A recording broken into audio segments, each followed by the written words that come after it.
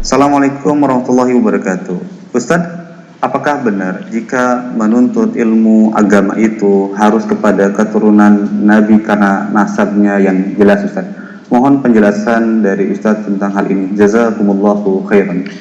Bismillah, walhamdulillah, wassalatu wassalamu ala rasulillah wa ala alihi wa sahbihi wa man wala.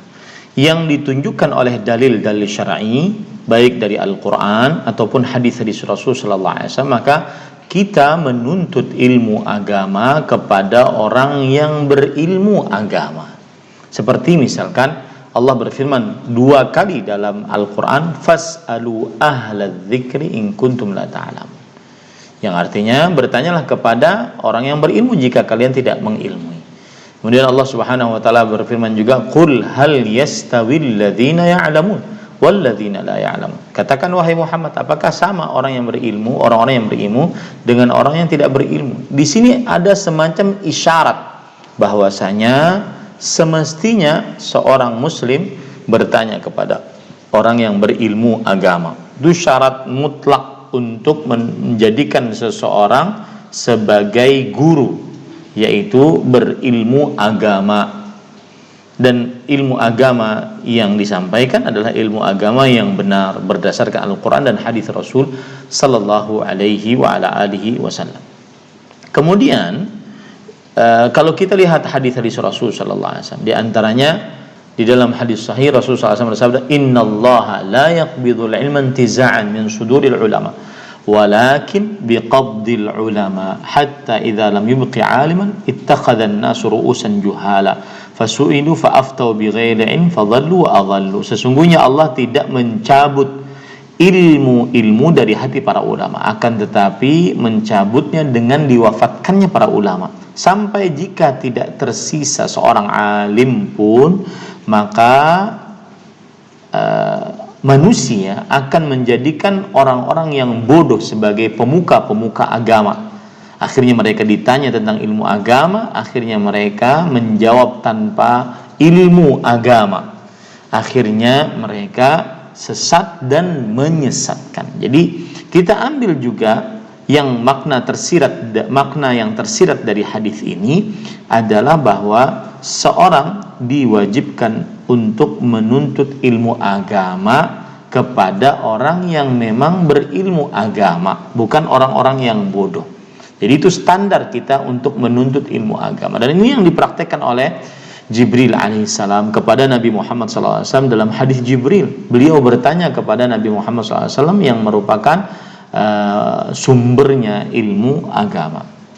Kemudian dari perkataan para sahabat tentang hal ini, yaitu Rasulullah Abdullah bin Umar radhiyallahu anhu mengatakan, inna hadzal ilma damuka wa lahmuka. Sesungguhnya ilmu ini adalah darah dagingmu. Fakhudhu minal ladzina istaqamu wa la ta'khudhu minal ladzina man. Ambillah ilmu dari yang lurus agamanya dan jangan dari yang menyimpang. Begitu juga perkataan seorang tabi'i Muhammad bin Sirin rahimahullah. Beliau mengatakan, inna hadzal ilma din fanzuru amman ta'khuduna dinakum. Sesungguhnya ilmu itu agama, maka ambillah dari siapa kalian, maka perhatikanlah dari siapa kalian mengambil ilmu agama tersebut. Ini menunjukkan bahwasanya peringatan dari Al-Quran, hadis Rasul, perkataan para sahabat, perkataan para tabi'in, bahwa yang dijadikan guru dalam menimba ilmu agama adalah yang berilmu agama yang benar berdasarkan Al-Quran dan hadis Rasul sallallahu alaihi wa ala alihi wasallam. Baik. Kemudian menjawab pertanyaan tadi, apakah kita hanya menuntut ilmu agama dari para keturunan Rasul sallallahu alaihi wasallam karena mereka ilmunya bersanad sampai kepada Rasulullah sallallahu alaihi wasallam? Maka jawabannya, apa yang dimaksud dengan sanad?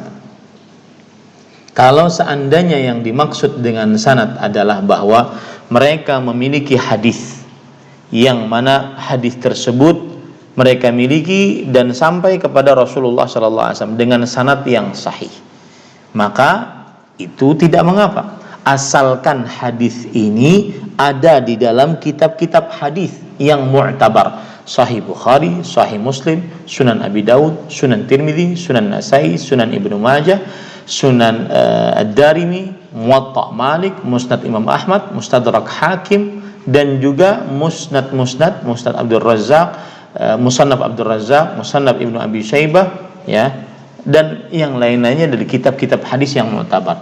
Adapun kalau seandainya ada yang mengklaim bahwasanya menuntut ilmu hanya dari keturunan Rasulullah SAW karena mereka lah yang bersanad, kemudian yang dimaksud dengan sanad tersebut adalah menyebutkan sebuah hadis dan hadis tersebut belum ada di dalam kitab-kitab yang mu'tabar, atau hadis tersebut ternyata palsu atau bahkan tidak ada asalnya, tidak ada riwayatnya, maka ini keliru.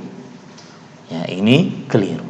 Jadi kita diperbolehkan untuk menuntut ilmu dari siapapun, baik keturunan Rasul Shallallahu Alaihi Wasallam atau bukan keturunan Rasul, yang jelas orang tersebut berilmu yang ilmunya berdasarkan Al-Quran dan hadis Rasul Shallallahu Alaihi Wasallam dengan pemahaman para salaf saleh.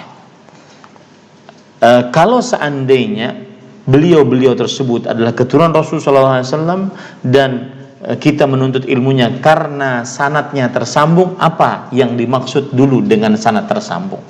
Apakah mereka mempunyai sanat, misalkan Al-Quran, sanat Al-Quran sampai kepada Rasulullah Sallallahu Alaihi Wasallam dan sanatnya sahih, maka tentunya ini lebih meyakinkan dalam kita menuntut ilmu agama. Atau misalkan mereka mempunyai sanad Sahih Bukhari, ya, Sahih Bukhari. Adapun maka ini juga lebih meyakinkan lagi kita untuk menimba ilmu agama asalkan dengan pemahaman yang benar. Adapun yang dimaksud sanad, ya, kita menuntut ilmu kepada salah satu keluarga Rasulullah SAW karena mereka bersanad, dalam artian sanad mereka nasabnya tersambung, tetapi ternyata hadis yang disampaikan belum ada di dalam kitab-kitab sahih, kitab-kitab hadis yang mu'tabar, maka ini tidak bisa kita terima. Karena semestinya hadis-hadis yang dikatakan bersanad tersebut ada di dalam kitab-kitab hadis yang mu'tabar. Wallahu a'lam. Na'am. Terima kasih. Jazakumullahu khairan wa barakallahu fikum atas donasi yang pemirsa berikan. Ayo berjuang dalam dakwah bersama Surau TV. Semoga menjadi amal jariah bagi pemirsa semuanya.